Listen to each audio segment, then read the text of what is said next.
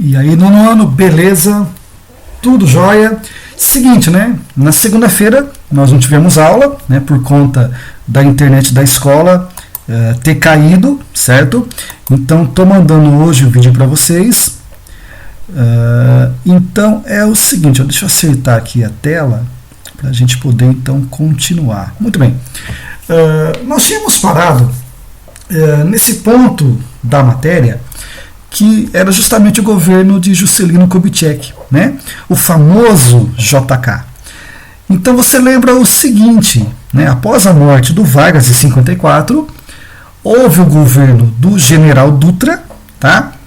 Que cumpre o seu mandato até o final.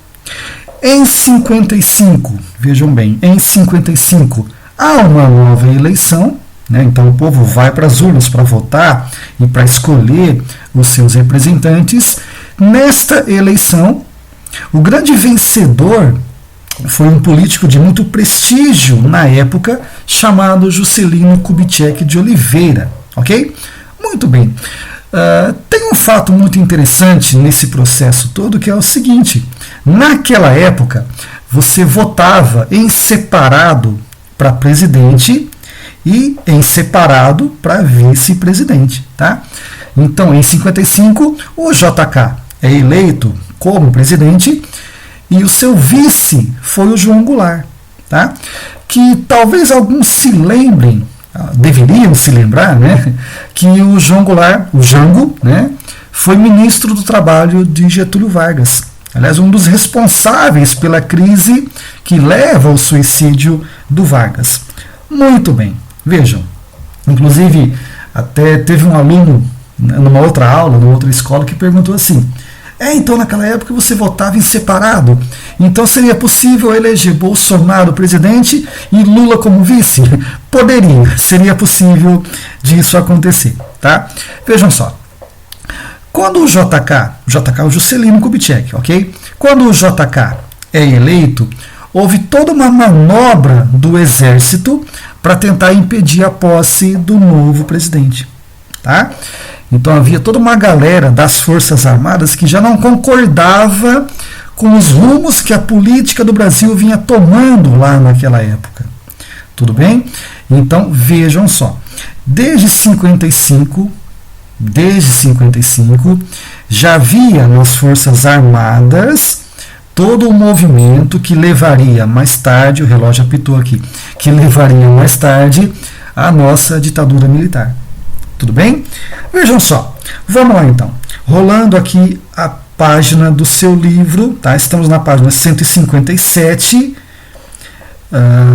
Muito bem, agora a página 158. Olha, quando se fala em governo JK, nós temos em mente, já vem à mente de nós, né, que trabalhamos com isso a vida toda, já vem em mente que o grande destaque, um grande destaque foi dado para a indústria. Então, nesses anos 50, segunda metade dos anos 50, a nossa política se desenvolveu muito, tá? O JK atuava em diversos campos que levariam ao desenvolvimento da indústria. Então o governo dele acabou se pautando muito em obras de infraestrutura, construção de rodovias, desenvolvimento de toda uma frota de veículos montados aqui no Brasil, tá? O governo investiu muito na área da energia. Tudo isso vai criar toda a infraestrutura para que a indústria se desenvolva, tá?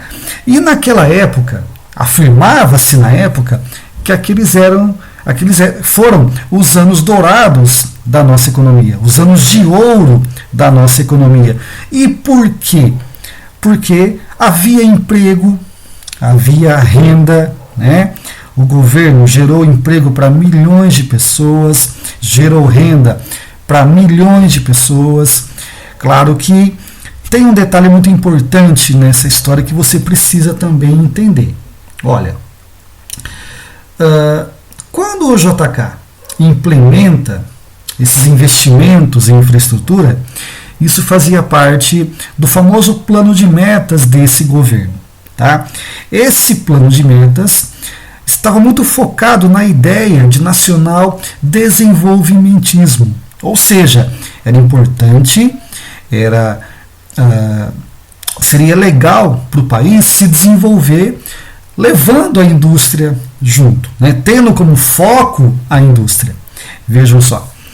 Claro que isso também era um desejo das elites. Os mais ricos desejavam expandir os seus negócios industriais.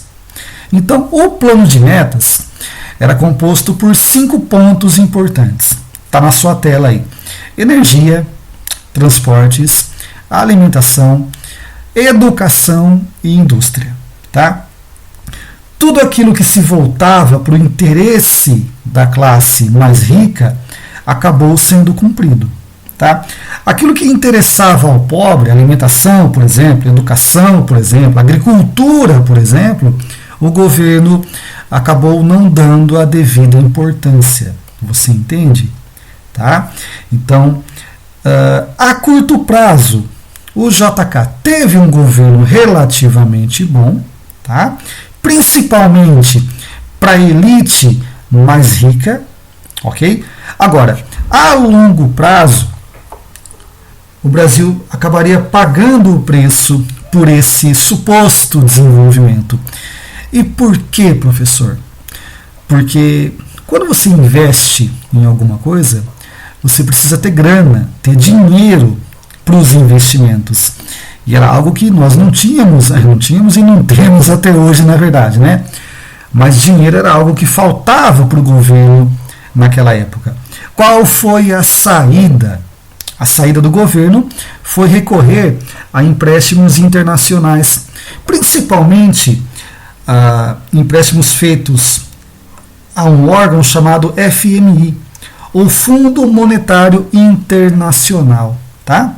O FMI emprestou dinheiro para o governo brasileiro, para o governo investir na indústria, investir nos transportes, na energia elétrica, na infraestrutura. Só que, se por um lado, o que eu falei agora há pouco, se por um lado o Brasil se desenvolveu, e realmente se desenvolveu muito nesse momento, por outro lado, né, a nossa dívida externa aumenta de forma monstruosa. E quem vai pagar esse preço serão os próximos governos.